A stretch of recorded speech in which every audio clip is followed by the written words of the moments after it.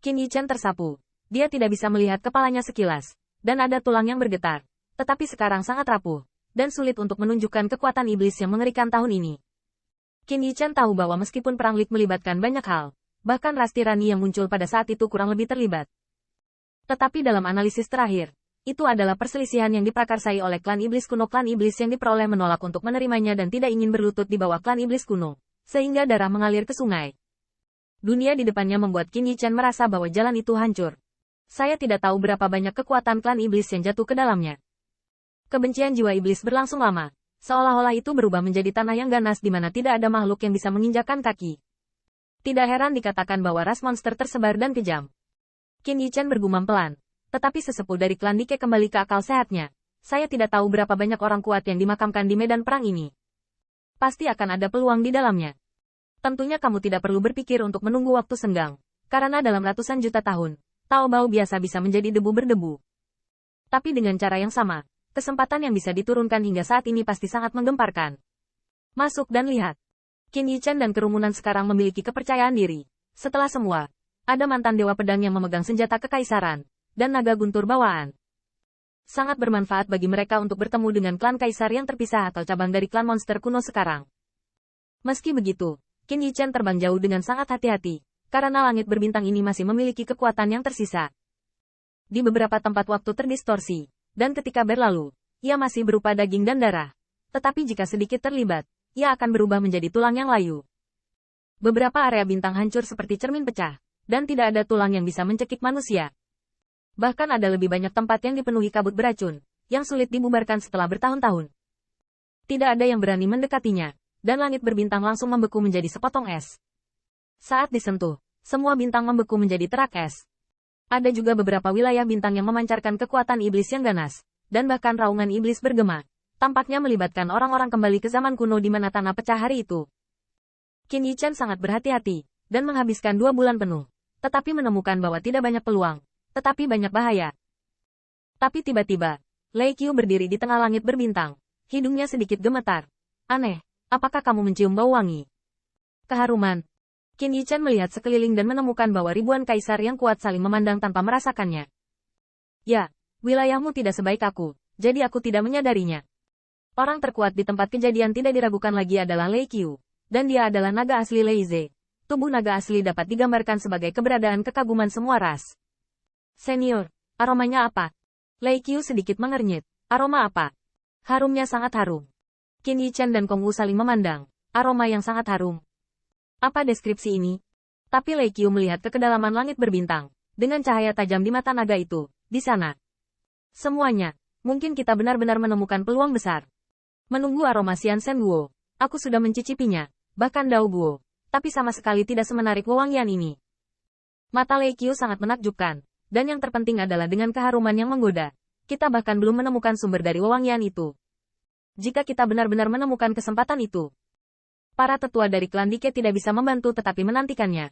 Meskipun Lei Qiu telah diam selama ratusan juta tahun, mereka tidak akan pernah meragukan pengetahuan naga guntur bawaan ini. Senior Lei memiliki semua pemikiran. Apa kesempatannya? Sebaliknya, Qin Yichan lebih berhati-hati. Senior, apakah Anda yakin ini bukan racun, atau jebakan psikedelik? Lei Qiu perlahan menggelengkan kepalanya. Seharusnya tidak. Aroma ini.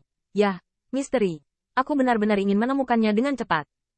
Terus maju. Saat jarak semakin dekat, kamu juga bisa merasakannya. Qin Yichan penuh dengan harapan, dan terbang menuju langit berbintang yang Lei Qiu tunjuk. Setelah beberapa saat, yang pertama juga melintas di matanya. Memang baunya. Aku juga menciumnya.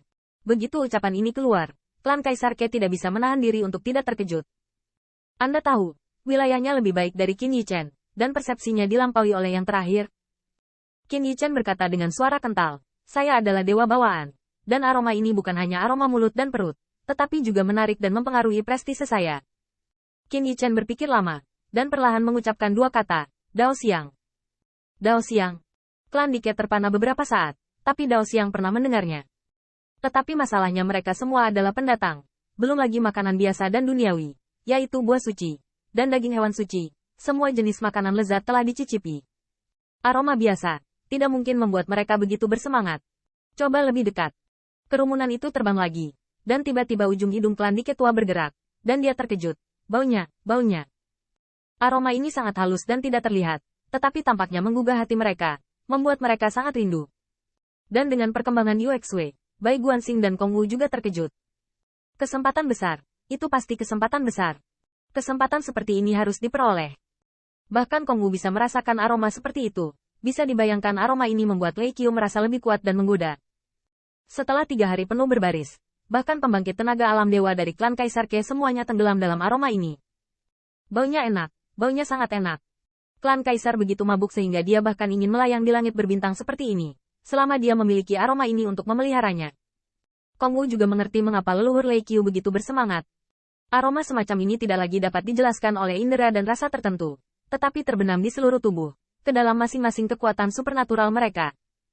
Sama seperti, selama Anda menemukan sumber wewangian, Anda dapat merasakan kegembiraan dari ribuan cara hebat. Itulah sebabnya Qin Yichen akhirnya mengucapkan kata, harum. Sungguh kesempatan yang luar biasa, jika bisa diperoleh, itu akan sepadan dengan usahanya.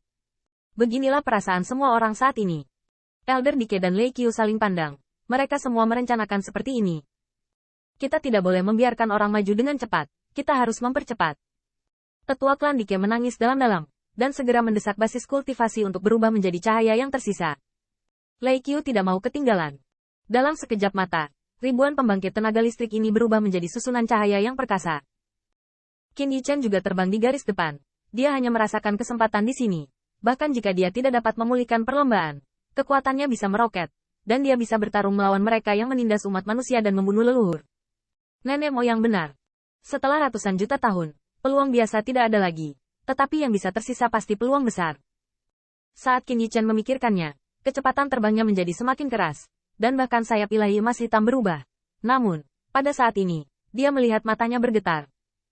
Aneh, lupakan yang lain. Leluhur Lei Qiu adalah orang yang kuat, dan dia sangat bersemangat. Bukankah dia takut pada variabel?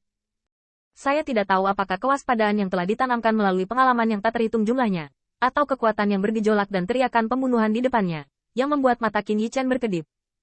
Yang lebih menggugahnya adalah bahwa sosok yang bertarung sengit di depan ternyata adalah Putri Wenxing,